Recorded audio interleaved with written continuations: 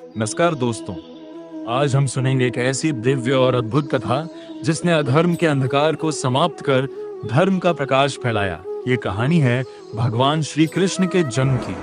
बहुत समय पहले मथुरा नगरी पर अत्याचारी राजा कंस का शासन था। वह क्रूर और निर्दयी था। उसकी बहन देवकी का विवाह वसुदेव जी से हुआ। विवाह के बाद जब कंस अपनी बहन को विदा कर रहा था, तभी आकाशवाणी हुई, हे कंस, जिस देवकी को तू स्नेहपूर्वक विदा कर रहा है, उसी की 8वीं संतान तेरे विनाश का कारण बनेगी। ये सुनते ही कंस भय से कांप उठा। उसने तुरंत देवकी को मारने का प्रयास किया। तब वसुदेव जी ने उसे समझाया और वचन दिया कि वे देवकी की हर संतान उसे सौंप देंगे। कंस ने उन्हें कारागार में बंद कर दिया। समय बीतता गया और देवकी की 6 संतानों को कंस ने निर्दयता से मार डाला। 7वीं संतान बलराम जी भगवान की योग माया से गोकुल में रोहिणी के गर्भ में स्थानांतरित हो गई।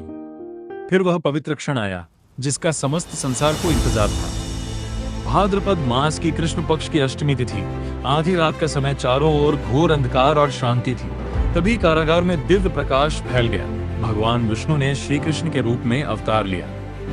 श्री कृष्ण ने अपने चतुर्भुज रूप में शंख, चक्र, गदा और पद्म धारण किए हुए दर्शन दिए। उन्होंने वसुदेव और देवकी से कहा, मैं तुम्हारा पुत्र कृष्ण हूँ, मुझे गोकुल ले जाओ और नंद यशोदा की नवजात कन्या को यहाँ ले आओ।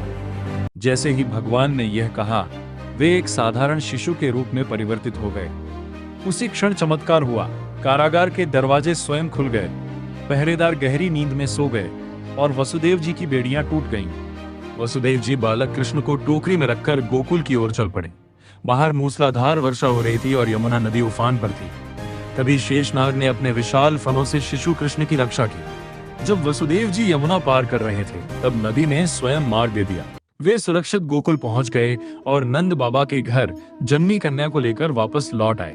जैसे ही कंस को जन्म का समाचार मिला, वह कारागार पहुंचा और उस कन्या को मारने का प्रयास किया, परंतु वह कन्या देवी योगमाया बनकर आकाश में प्रकट हुई और बोली, हे कंस, तुझे मारने वाला जन्म ले चुका है और सुरक्षित स्थान पर पहुंच चुका है।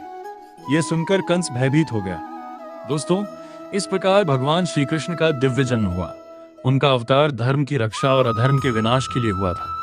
जब जब धरती पर अन्याय बढ़ता है, तब तब भगवान अवतार लेते हैं। धर्म की स्थापना और अधर्म के नाश के लिए श्री कृष्ण का जन्म हुआ। जय श्री कृष्ण।